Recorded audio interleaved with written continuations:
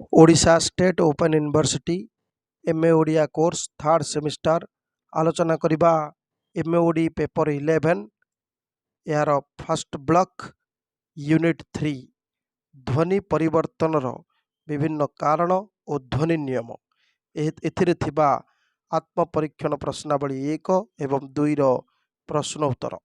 प्रथमे देखिबा आत्मपरीक्षण प्रश्नावली 1 रो क प्रश्न हला ध्वनि गुणर निर्धारण रे बलाघातर भूमिका निर्धारण कर। उत्तर हला कौनसी भाषार सार्थक अवयव हेउछि वाक्य। वाक्य स्वर और व्यंजन ध्वनि स्वतंत्र रूपे व्यवहृत न होई परस्पर सहित संबंध रक्षा करी उच्चारित होइथांती। तेणु विभिन्न ध्वनिर उच्चारण रे मात्रा, स्वर, आघात और वृत्ति आदि पार्थक्य देखा मिले।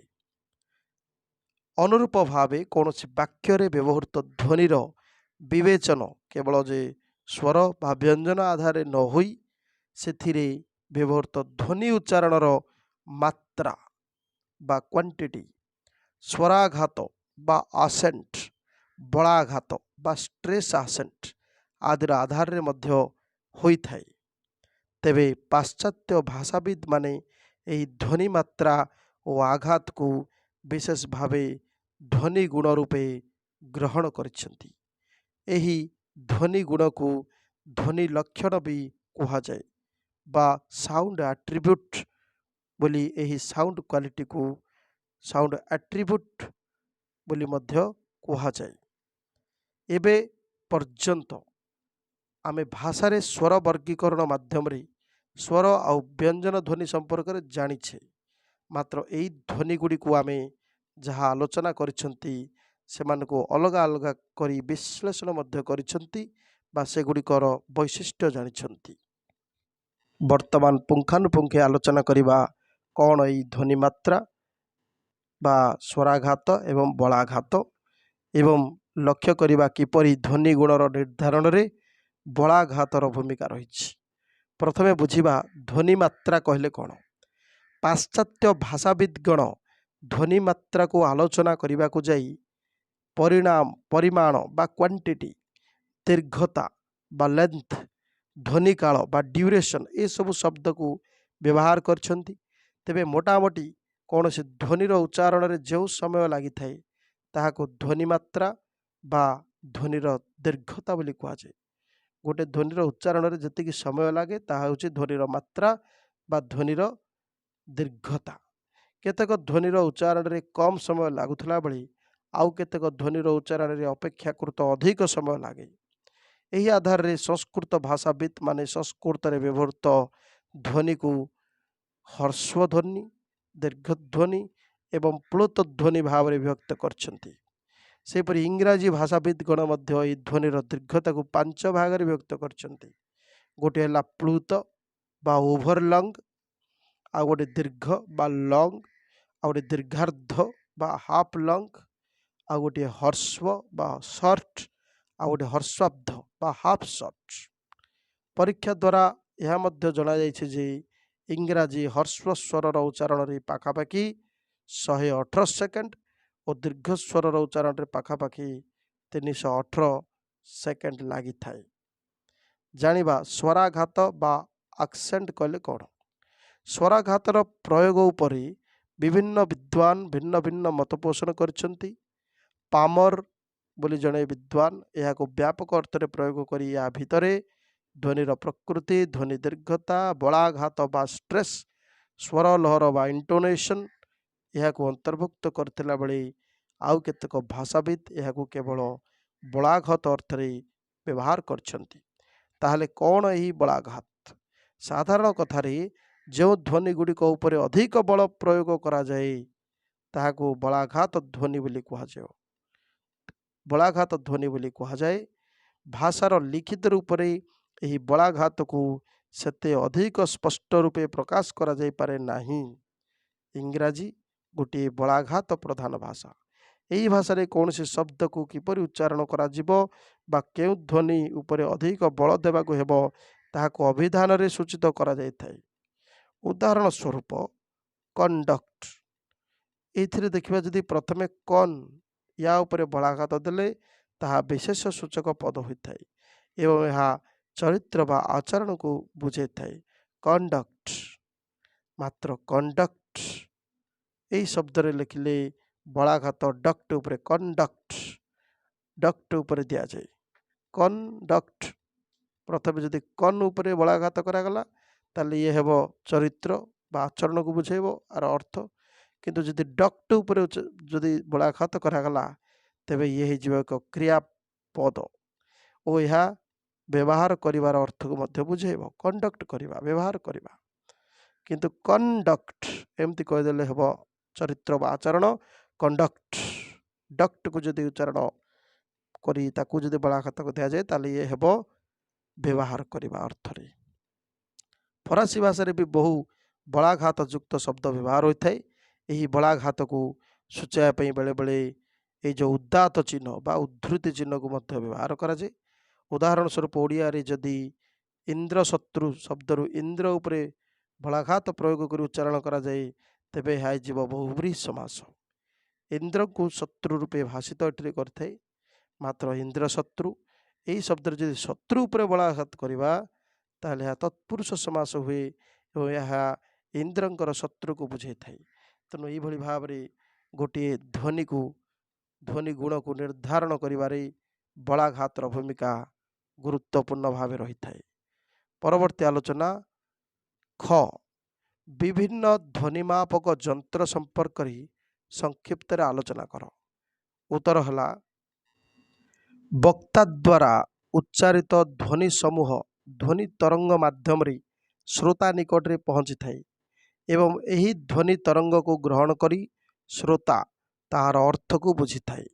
କୌଣସି ଧ୍ୱନିର ବିଶେଷ ପ୍ରକାର, ସାଧାରଣତଃ ଧ୍ୱନିର ତାରତ୍ୱ ବା ପିଚ୍, ଆୟତନ ବା ଭଲ୍ୟୁମ୍ ଓ ଅନୁନାଦ ଅର୍ଥାତ୍ ଭିତରୁ ଆସୁଥିବା ବାୟୁର ଶକ୍ତି, ଏହା ଉପରେ ଧ୍ୱନି ନିର୍ଭର କରେ। ଏହି ଭୌତିକ ଧ୍ୱନି ବିଜ୍ଞାନ ଅଧ୍ୟୟନରେ ବହୁ ଅଗ୍ରଗତି ହେତୁ ବିଭିନ୍ନ ଚିତ୍ର ଦ୍ୱାରା ଏହି ଧ୍ୱନି ତରଙ୍ଗର ଚିତ୍ର ନିଆଯିବା ସହିତ ଏହାର ବିଶ୍ଳେଷଣ ମଧ୍ୟ କରାଯାଏ। ଏହି ବିଶ୍ଳେଷଣ ମାଧ୍ୟମରେ ଧ୍ୱନିର ଆବୃତ୍ତି ବା ଫ୍ରିକ୍ୱେନ୍ସି, ତରଙ୍ଗ ଦୈର୍ଘ୍ୟ ବା ୱେଭ୍ ଲେନ୍ଥ, ଧ୍ୱନି ଆୟାମ ବା ଆମ୍ପ୍ଲିଟ୍ୟୁଡ୍, ତୀବ୍ରତା ବା ଇଣ୍ଟେନ୍ସିଟିକୁ ମଧ୍ୟ ମପା ଯାଇପାରୁଛି। ତେଣୁ ବଜାରରେ ଉପଲବ୍ଧ ବିଭିନ୍ନ ଧ୍ୱନିମାପକ ଯନ୍ତ୍ର ଗୁଡ଼ିକ ହେଲା, ଗୋଟିଏ ହେଲା ପାଲେଟୋଗ୍ରାଫ, ଆଉ ଗୋଟିଏ ହେଲା କାଇମୋଗ୍ରାଫ, ଆଉ ଗୋଟିଏ ହେଲା ଓସିଲୋଗ୍ରାଫ, ଆଉ ଗୋଟିଏ ହେଲା ସେକ୍ଟୋଗ୍ରାଫ। ବର୍ତ୍ତମାନ ଦେଖିବା ଗୋଟିଏ ଗୋଟିଏ ବିଷୟରେ ପୁଙ୍ଖାନୁପୁଙ୍ଖ ଭାବେ। ପ୍ରଥମେ ଆଲୋଚନା କରିବା ପାଲେଟୋଗ୍ରାଫ। ଧ୍ୱନିମାପକ ଯନ୍ତ୍ର ଭିତରୁ ଏଇଟି ବହୁତ ପୁରୁଣା ଯନ୍ତ୍ରଟିଏ। ଏଥିରେ କୃତ୍ରିମ ତାଳୁ ବା ଗୋଟିଏ ଆର୍ଟିଫିସିଆଲ ପାଲେଟର ବ୍ୟବହାର କରାଯାଇଥାଏ। ଏହାକୁ ମୁଖରେ ଦାନ୍ତର ପଛରେ ଲଗାଯାଇଥାଏ। ଯେଉଁ ଧ୍ୱନିର ପରୀକ୍ଷା କରିବାକୁ ଥାଏ ତାହାକୁ ଉଚ୍ଚାରଣ କଲେ ଜିହ୍ୱା କୃତ୍ରିମ ତାଳୁକୁ ସ୍ପର୍ଶ କରି ଏକ ଚିହ୍ନ ସୃଷ୍ଟି କରେ। ଏହା ମାଧ୍ୟମରେ ଧ୍ୱନିର ଉଚ୍ଚାରଣ ସ୍ଥାନକୁ ନିଶ୍ଚିତ କରାଯାଇଥାଏ। ଆଉ ଗୋଟିଏ ହେଲା କାଇମୋଗ୍ରାଫ। ଏହି ଯନ୍ତ୍ର ସଘୋଷ ଆଉ ଅଘୋଷ ଧ୍ୱନିରେ ହେଉଥିବା କମ୍ପନର ଭେଦକୁ ସ୍ପଷ୍ଟ ରୂପେ ସୂଚାଇଥାଏ। ଅଘୋଷ ଧ୍ୱନିର ଉଚ୍ଚାରଣ ବେଳେ ଏହାର ଧ୍ୱନି ତରଙ୍ଗ ଚିତ୍ର ସିଧା ଗାରଟି ଭଳି ହୋଇଥାଏ, ମାତ୍ର ସଘୋଷ ଧ୍ୱନିର ଉଚ୍ଚାରଣରେ ମୁହଁରେ କମ୍ପନ ଆସୁଥିବାରୁ ଏହାର ଚିତ୍ର ତରଙ୍ଗ ଚିତ୍ର ଭଳି ଉପରତଳ ହୋଇଥାଏ। ଏବେ ଏହି କାଇମୋଗ୍ରାଫର ବିକଶିତ ରୂପ ଇଙ୍କ ରାଇଟର, ଇଲେକ୍ଟ୍ରୋ କାଇମୋଗ୍ରାଫ, ମିଙ୍ଗୋଗ୍ରାଫ, କ୍ରୋମୋଗ୍ରାଫ ଆଦି ଭାବରେ ମଧ୍ୟ ବଜାରରେ ଉପଲବ୍ଧ ହେଲାଣି। ସେପରି ଆଉ ଗୋଟିଏ ଯନ୍ତ୍ର ହେଲା ଓସିଲୋଗ୍ରାଫ। ଧ୍ୱନି ବିଜ୍ଞାନ ଅଧ୍ୟୟନରେ ଏହି ଓସିଲୋଗ୍ରାଫ ଏକ ଗୁରୁତ୍ୱପୂର୍ଣ୍ଣ ଯନ୍ତ୍ର। ଏଥିରେ କଥା କହିଲେ ଧ୍ୱନି ତରଙ୍ଗର ନିର୍ମାଣ ହୋଇଥାଏ ଏବଂ ଏହି ଧ୍ୱନି ତରଙ୍ଗ ସ୍କ୍ରିନରେ ଦେଖାଯାଇଥାଏ। ଏହି ଯନ୍ତ୍ର ମାଧ୍ୟମରେ ଧ୍ୱନି ଗୁଡ଼ିକର ଉଚ୍ଚାରଣରେ ଲାଗୁଥିବା ସମୟ ଉପରେ ସୂକ୍ଷ୍ମତର ଜ୍ଞାନ ପ୍ରାପ୍ତ ହୋଇଥାଏ। ଏହାଦ୍ୱାରା ଧ୍ୱନିର ତୀବ୍ରତାକୁ ବି ମପାଯାଇପାରେ। ଓସିଲୋଗ୍ରାଫରେ ଅଙ୍କିତ ହେଉଥିବା ଧ୍ୱନି ତରଙ୍ଗକୁ ଓସିଲୋଗ୍ରାମ ବୋଲି ମଧ୍ୟ କୁହାଯାଏ। ସେପରି ଆଉ ଗୋଟିଏ ଧ୍ୱନିମାପକ ଯନ୍ତ୍ର ହେଲା ସେକ୍ଟୋଗ୍ରାଫ। ଏହି ଯନ୍ତ୍ରକୁ ଦ୍ୱିତୀୟ ବିଶ୍ୱଯୁଦ୍ଧ ସମୟରେ ସାମରିକ ଉପଯୋଗ ପାଇଁ ନିର୍ମାଣ କରାଯାଇଥିଲା। ମାତ୍ର ଏବେ ଏହା ବିଭିନ୍ନ ବିଶ୍ୱବିଦ୍ୟାଳୟରେ ଭାଷା ବିଜ୍ଞାନର ଅଧ୍ୟୟନ ପାଇଁ ବ୍ୟବହାର କରାଯାଉଛି। ଏହାଦ୍ୱାରା ଧ୍ୱନି ଗୁଡ଼ିକର ମୂଳ ସ୍ୱରୂପ, ଏଥିରେ ବିଭିନ୍ନ ପରିବର୍ତ୍ତନ, ମୂଳ ସ୍ୱର ଓ ସଂଯୁକ୍ତ ସ୍ୱରରେ ଭେଦ ଆଦିକୁ ସ୍ପଷ୍ଟ ରୂପେ ଜଣାପଡ଼ିଥାଏ। ଏହି ମେସିନ୍ର ବିକଶିତ ରୂପ ଆଜିକାଲି ସୋନୋଗ୍ରାଫ, କାର୍ଡ଼ିଆଲାଇଜର, ଭାଇବ୍ରାଲାଇଜର ଆଦି ବିଭିନ୍ନ ରୂପରେ ମଧ୍ୟ ବଜାରରେ ଉପଲବ୍ଧ ହେଉଛି। ଏହିସବୁ ଧ୍ୱନିମାପକ ଯନ୍ତ୍ର ବ୍ୟତୀତ tape recorder, speech stretcher, pattern playback, transpitch meter, computer intensity meter, autophonoscope, glottograph, monograph, air meter, loudness analyser ଆଦି ଭଳି ବହୁ ଧ୍ୱନିମାପକ ଓ ବିଶ୍ଳେଷଣ ଯନ୍ତ୍ରର ବିକାଶ ଓ ପ୍ରୟୋଗ ହେତୁ ଏବେ ଧ୍ୱନି ବିଜ୍ଞାନ ଅଧ୍ୟୟନରେ ଉଲ୍ଲେଖନୀୟ ବିକାଶ ଘଟିଛି। ଏହିଭଳି ଭାବରେ ଥିଲା ଆତ୍ମପରୀକ୍ଷଣ ପ୍ରଶ୍ନାବଳୀ 1ର କ ଏବଂ ଖ ପ୍ରଶ୍ନ। ପରବର୍ତ୍ତୀ ଆଲୋଚନା ଏହି ଅଧ୍ୟାୟରେ ହିଁ ଥିବା ଆତ୍ମପରୀକ୍ଷଣ ପ୍ରଶ୍ନାବଳୀ 2ର କିଛି ପ୍ରଶ୍ନ ଏବଂ ଉତ୍ତର। ପ୍ରଥମ ପ୍ରଶ୍ନ ବା କ ପ୍ରଶ୍ନ ହେଲା, ଅନୁକରଣରେ ଅପୂର୍ଣ୍ଣତାରୁ ଧ୍ୱନିରେ କିପରି ପରିବର୍ତ୍ତନ ଘଟିଥାଏ ଆଲୋଚନା କର। ଉତ୍ତର ହେଲା, ମଣିଷର ଯଦି ତାହାର ପାରିପାର୍ଶ୍ୱରୁ ଭାଷାକୁ ଅନୁକରଣରେ ଅପୂର୍ଣ୍ଣତା ରହିଯାଏ, ତେବେ ସେହି କଥକ ଅପୂର୍ଣ୍ଣ ଶବ୍ଦ ବା ଭ୍ରାମକ ଶବ୍ଦର ଉଚ୍ଚାରଣ କରିଥାନ୍ତି। ଅନୁକରଣରେ ଅପୂର୍ଣ୍ଣତାରୁ ଧ୍ୱନିରେ ପରିବର୍ତ୍ତନ ଘଟିଥାଏ। ମାନବର ଆଙ୍ଗିକ ଓ ମାନସିକ ସଂଗଠନରେ ଭିନ୍ନତା ହିଁ ଅନୁକରଣରେ ଅପୂର୍ଣ୍ଣତାର ପ୍ରମୁଖ କାରଣ ହୋଇଥାଏ। ବାକ୍ଯନ୍ତ୍ର ପରି ଶ୍ରବଣେନ୍ଦ୍ରିୟରେ ବ୍ୟତିକ୍ରମ ମଧ୍ୟ ଧ୍ୱନି ପରିବର୍ତ୍ତନର କାରଣ ହୁଏ। ଉଦାହରଣ ସ୍ୱରୂପ, ଯଦି କେହି ଚାଉଳକୁ ଚାଉର ରୂପରେ ଶୁଣେ, ତେବେ ତାହାକୁ ସେ ସେହିପରି ଉଚ୍ଚାରଣ କରିଥାଏ। ଆହୁରି ମଧ୍ୟ ଅଜ୍ଞାନତା ହେତୁ ବ୍ୟକ୍ତି ଅପୂର୍ଣ୍ଣ ଉଚ୍ଚାରଣ କରିଥାଏ। ଶବ୍ଦର ଶୁଦ୍ଧ ରୂପ କ'ଣ ହେବା ଉଚିତ, ଏହାର ଅର୍ଥ କ'ଣ, ଏହି ଜ୍ଞାନ ନ ହେବା ହେତୁ ବକ୍ତା ବହୁ ସମୟରେ ଭୁଲ ଉଚ୍ଚାରଣ କରିଥାନ୍ତି। ମଣିଷ ତା'ର ପାରିପାର୍ଶ୍ୱିକରୁ ଭାଷାକୁ ଅନୁକରଣ ମାଧ୍ୟମରେ ହିଁ ଶିକ୍ଷା ଲାଭ କରିଥାଏ। ଯଦି ଏହି ଅନୁକରଣରେ ଅପୂର୍ଣ୍ଣତା ଆସେ, ତେବେ କଥା କହିଲା ବେଳେ ନିଶ୍ଚିତ ରୂପେ ସେହି ଅପୂର୍ଣ୍ଣ ଶବ୍ଦ କିମ୍ବା ଭ୍ରମାତ୍ମକ ଶବ୍ଦ ଉଚ୍ଚାରଣ କରିଥାଏ। ଯେପରିକି ଇଂରାଜୀ ଭାଷାରେ ଆସିଛି ଗୋଟିଏ ଶବ୍ଦ ଗ୍ଲାସ୍, ଏହା ଓଡ଼ିଆ ଭାଷାରେ କିନ୍ତୁ ଗିଲାସ ରୂପେ ପରିଚିତ। ତେଣୁ ଗିଲାସ, ଏହା ଯେହେତୁ ଆମର ପାରିପାର୍ଶ୍ୱିକ ପରିସ୍ଥିତିରେ ଆମେ ଶୁଣୁଛେ, ତେଣୁ ଆମେ ମଧ୍ୟ ଏହି ଅପୂର୍ଣ୍ଣ ଶବ୍ଦଟିକୁ ବା ଏହି ଭୁଲ ଶବ୍ଦଟିକୁ ଉଚ୍ଚାରଣ କରୁ। ସେପରି ରିକ୍ସା ଶବ୍ଦକୁ କେହି କେହି ରିସ୍କା, କମ୍ପ୍ୟୁଟରକୁ କମ୍ପୁଟର, ବ୍ରାହ୍ମଣକୁ ବାହ୍ମୁଣ ଏହିଭଳି ମାଧ୍ୟମରେ ମଧ୍ୟ ଉଚ୍ଚାରଣ କରିଥାନ୍ତି। ତେଣୁ ଏସବୁ ଗୁଡ଼ିକ ହେଲା ଏହି ଅନୁକରଣରେ ଅପୂର୍ଣ୍ଣତା, ଯାହାକି ଧ୍ୱନିର ପରିବର୍ତ୍ତନ ଯୋଗୁଁ ଏହିଭଳି ଭାବରେ ଅପୂର୍ଣ୍ଣତା ବା ଭୁଲ ଶୁଣିବା ହେତୁ ଏହିଭଳି ଅପୂର୍ଣ୍ଣତା ଅନୁକରଣରୁ ରହିଯାଏ। ପରବର୍ତ୍ତୀ ପ୍ରଶ୍ନ ଖ, ଧ୍ୱନି ପରିବର୍ତ୍ତନ କାହାକୁ କୁହନ୍ତି ଓ ଭୌଗୋଳିକ ପ୍ରଭାବରୁ ଧ୍ୱନିରେ କିପରି ପରିବର୍ତ୍ତନ ଘଟିଥାଏ ଆଲୋଚନା କର। ଉତ୍ତର ହେଲା, ଭାଷଣ ପ୍ରକ୍ରିୟାରେ ବକ୍ତା, ଶ୍ରୋତା ଓ ଭାଷା ପ୍ରବାହର ମାଧ୍ୟମ ସଭିଏ ସମାନ ଗୁରୁତ୍ୱ ବହନ କରନ୍ତି। କଥା କହିଲା ବେଳେ ଧ୍ୱନି ଗୁଡ଼ିକ ଗୋଟି ଗୋଟି ହୋଇ ନ ରହି ପରସ୍ପର ସହିତ ମିଶି ସଂଶ୍ଳେଷଣ ଅବସ୍ଥାରେ ରହିଥାନ୍ତି। ଗୋଟିଏ ଧ୍ୱନିର ଶେଷ ନ ହେଉଣୁ ଆଉ ଗୋଟିଏ ଧ୍ୱନିର ଆରମ୍ଭ ହୋଇଯାଏ। ତେଣୁ ବକ୍ତାଙ୍କର କହିବା, ଶ୍ରୋତାଙ୍କର ଶୁଣିବା ଓ ଉଭୟଙ୍କ ମଧ୍ୟରେ ଥିବା ବ୍ୟବଧାନରେ ପ୍ରବାହିତ ଧ୍ୱନିରେ ଯଦି ବୈଷମ୍ୟ ଘଟେ, ତେବେ ଧ୍ୱନି ପରିବର୍ତ୍ତନ ବା ପାର୍ଥକ୍ୟ ଘଟିବା ସ୍ୱାଭାବିକ। ଭାଷାର ପ୍ରବାହରେ ଏହି ଅନ୍ତର୍ନିହିତ ଧ୍ୱନିଗତ ପରିବର୍ତ୍ତନକୁ ଆମେ କହୁ ଧ୍ୱନି ପରିବର୍ତ୍ତନ। ଧ୍ୱନି କେଉଁଠାରୁ ଓ କିପରି ପରିବର୍ତ୍ତିତ ହେଉଛି, से ସମ୍ବନ୍ଧରେ ଅଧିକ ବିଜ୍ଞାନ ସମ୍ବଳିତ ସମାଧାନର ଆବଶ୍ୟକତା ରହିଥିଲେ ମଧ୍ୟ ଧ୍ୱନିରେ ଘଟୁଥିବା ନିରବଚ୍ଛିନ୍ନ ପରିବର୍ତ୍ତନକୁ ଅସ୍ୱୀକାର କରାଯାଇ ନପାରେ।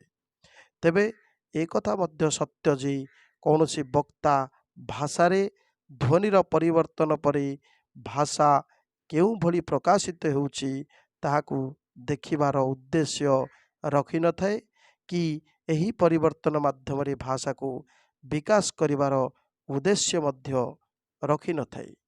ବରଂ ଜଣେ ବକ୍ତା କିପରି ତାର ଭାଷା ଶ୍ରୋତା ଦ୍ୱାରା ଯଥାଶୀଘ୍ର ଓ ସହଜରେ ବୁଝା ଯାଇପାରିବ ସେହି ଉଦ୍ଦେଶ୍ୟ ହିଁ ରଖିଥାଏ।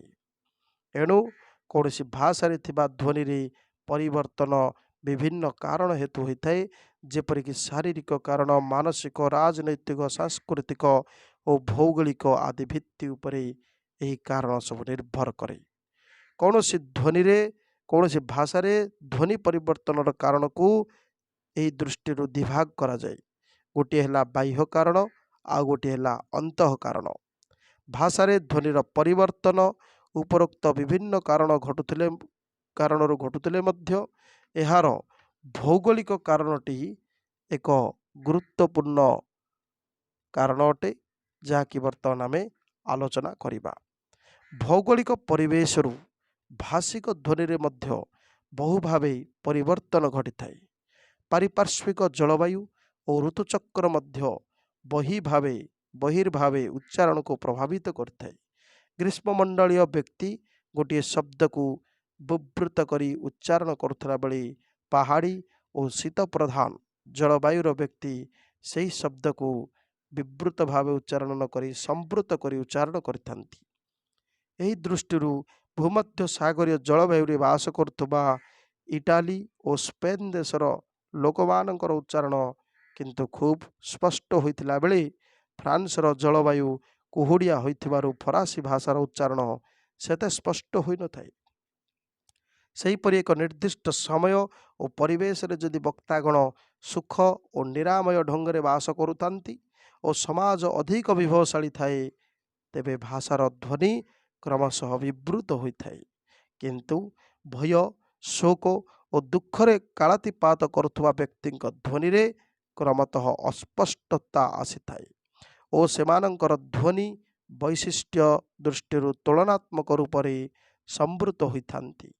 ଓଡ଼ିଶାରେ କେନ୍ଦ୍ରୀୟ ଓଡ଼ିଶାର ଭାଷା ଓ ଉତ୍ତର ଓଡ଼ିଶାର ଭାଷାକୁ ତୁଳନା କଲେ ପ୍ରାମାଣିକ ଓଡ଼ିଆ ଭାଷାର ବିବୃତ ଧ୍ୱନି ଉତ୍ତର ଓଡ଼ିଶାରେ କ୍ରମତଃ ସମ୍ବୃତ ହୋଇଥିବା ଲକ୍ଷ୍ୟ କରାଯାଇପାରେ।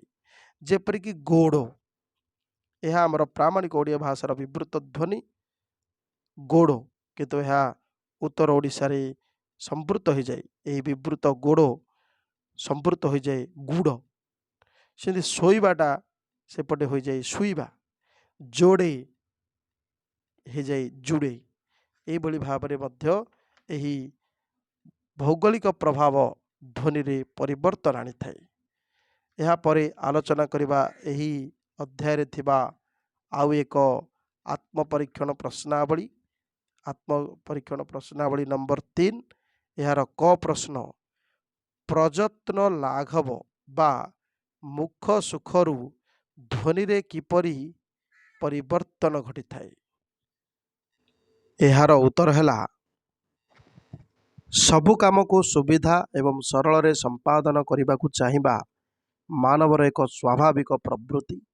ଭାଷା ଏକ ଉଚ୍ଚାରଣ ପ୍ରକ୍ରିୟା ଓ ଏହା ମାନବର ବାଚିକ ଅଙ୍ଗ ମୁଖ ସହିତ ସମ୍ପୃକ୍ତ ହେତୁ ବ୍ୟକ୍ତି ନିଜର ଉଚ୍ଚାରଣରେ ମୁଖର ସୁବିଧାକୁ ଧ୍ୟାନରେ ରଖିଥାଏ। ଏଣୁ ସେ ନିଜର ଉଚ୍ଚାରଣରେ ସର୍ବଦା ଯେଉଁଥିରେ କମ୍ ସମୟ ଲାଗୁଥିବ ଏବଂ ମୁଖକୁ କମ୍ କସରତ କରିବାକୁ ପଡ଼ୁଥିବ, ସେହିଭଳି ଧ୍ୱନିକୁ ପ୍ରୟୋଗ କରିବାକୁ ଚାହିଁଥାଏ। ବକ୍ତାର ଏହି ପ୍ରକ୍ରିୟା ଭାଷାକୁ ମଧ୍ୟ ପ୍ରଭାବିତ କରିଥାଏ। ଫଳରେ କଠିନ ଧ୍ୱନିର ଉଚ୍ଚାରଣକୁ ଛାଡ଼ି ତତ୍ସମ୍ପୃକ୍ତ ଶବ୍ଦର ଉଚ୍ଚାରଣକୁ ସରଳୀକୃତ ମଧ୍ୟ କରାଯାଏ। ମଣିଷ ସ୍ୱଭାବତଃ ସର୍ବଦା କମ୍ ପ୍ରଯତ୍ନ କରି ନିଜର ଭାବକୁ ସ୍ପଷ୍ଟ ରୂପେ ପରିପ୍ରକାଶ କରିବାକୁ ଚାହିଁଥାଏ। ଏହା ସାଧାରଣତଃ ଉଚ୍ଚାରଣଗତ ସରଳତାର କାରଣରୁ ହିଁ ଘଟିଥାଏ। ବ୍ୟକ୍ତି କଠିନ ଶବ୍ଦକୁ ଯଥାସମ୍ଭବ ସରଳ କରି ଉଚ୍ଚାରଣ କରିବାର ପ୍ରୟାସରୁ ଭାଷା ଯଥାସମ୍ଭବ ସରଳ ହୋଇଥାଏ। ଯେପରିକି ସତ୍ୟ ଏହା ନ କହି ଆମେ କହୁ ସତ, କର୍ମ ଏହା ନ କହି ଆମେ କହୁ କାମ। ଏହା କେବଳ ନିଜର ପ୍ରଯତ୍ନ ଲାଘବ ବା ମୁଖ ସୁଖ ପାଇଁ ହିଁ ଉଚ୍ଚାରଣ କରାଯାଇଥାଏ। ସେହିପରି ଇଂରାଜୀର ଏଫ୍ ଧ୍ୱନି, ଓଡ଼ିଆର ଫ ଧ୍ୱନି, এই ଦୁଇଟି ମଧ୍ୟ ଆଲୋଚନା ପରିସରଭୁକ୍ତ କରାଇଛନ୍ତି ଭାଷାବିତ୍ ଗୋଲକ ବିହାରୀ ଧଳ। ଓଡ଼ିଆର ଫ ଧ୍ୱନି ଗୋଟିଏ ଦ୍ୟୋଷ୍ଠ ବ୍ୟଞ୍ଜନ ଧ୍ୱନି, ମାତ୍ର ଆମେ ଇଂରାଜୀରେ ଫ୍ୟାନ୍, ଫୁଲ୍, ଫ୍ୟାକ୍ଟ୍ରି ଇତ୍ୟାଦିକୁ ଉଚ୍ଚାରଣ କଲାବେଳେ ଦୁଇ ଓଷ୍ଠ ବ୍ୟଞ୍ଜକ ଓଡ଼ିଆ ଫ ଧ୍ୱନିର ବ୍ୟବହାର କରିଥାଉ। ଏଣୁ ଇଂରାଜୀ ଭାଷାର ଅନେକ ଗୁଡ଼ିଏ ଧ୍ୱନି ଆମ ଓଡ଼ିଆ ଧ୍ୱନିର ନିକଟବର୍ତ୍ତୀ ଶୁଣାଗଲେ ବି ଏହି ଧ୍ୱନି ଭିତରେ ବହୁତ ପାର୍ଥକ୍ୟ ଥିବା କଥା ସେ ମତାମତ ରଖିଛନ୍ତି। ଏହିଭଳି ଭାବରେ ପ୍ରଯତ୍ନ ଲାଘବ ବା ମୁଖ ସୁଖ ପାଇଁ ମଧ୍ୟ ଧ୍ୱନିରେ ପରିବର୍ତ୍ତନ ଘଟିଥାଏ। ପରବର୍ତ୍ତୀ ଆଲୋଚନା ଖ ପ୍ରଶ୍ନ, ଲିପି ଦୋଷ ଓ ଭାବାବେଶରୁ ଧ୍ୱନି ପରିବର୍ତ୍ତନକୁ ଉଦାହରଣ ସହ ଦର୍ଶାଅ। ଉତ୍ତର ହେଲା, ବିଭିନ୍ନ ଭାଷାରେ ଲିପିର ଅପୂର୍ଣ୍ଣତାର କାରଣରୁ ବହୁ ସମୟରେ ପଠନ ବେଳେ ଗୋଟିଏ ଶବ୍ଦ ଯେପରି ଉଚ୍ଚାରିତ ହେବା କଥା ସେପରି ଉଚ୍ଚାରିତ ହୋଇନଥାଏ ଓ ଧ୍ୱନିରେ ପରିବର୍ତ୍ତନ ଘଟିଥାଏ।